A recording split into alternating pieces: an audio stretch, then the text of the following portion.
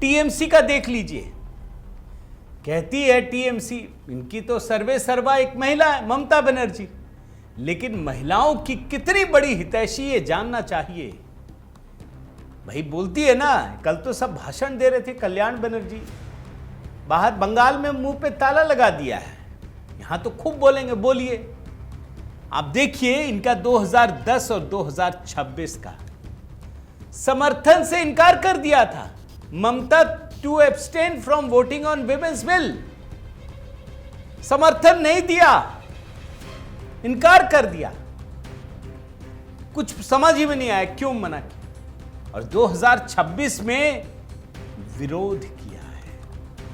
कभी डिलिमिटेशन, कभी बंगाल बांट देंगे, समझ ही में नहीं आया कि चाहती क्या है, उस समय भी नहीं समझ में। यानी महिलाओं के आरक्षण की सबसे बड़े विरोधी, महिला आरक्षण की विरोधी टीएमसी है। ये बंगाल की महिला तक साफ साफ मैसेज चला गया है दोस्तों। ये दूसरा फायदा, मैं कैसे लॉटरी लगती है जरा देखिए। तीसरा, तमिलनाडु डीएमके, 2 विंडो में दिखा रहा हूं दोस्तों, बहुत मेहनत के साथ किया है ये 2010 और 2026।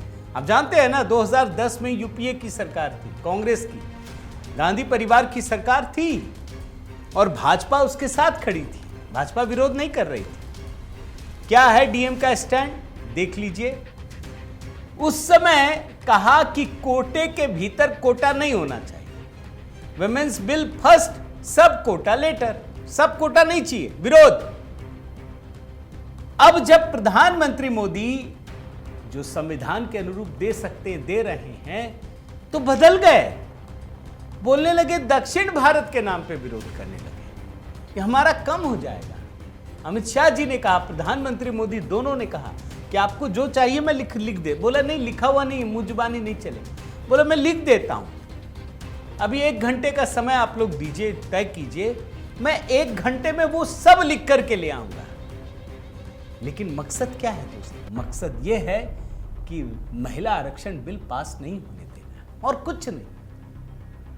तमिलनाडु में अभी 23 तारीख को चुनाव है, ये लॉटरी है दोस्तों, ये सरकार जा रही है, लिख लीजिए। तमिलनाडु में डीएमके की सरकार नहीं बचेगी, ये साफ है।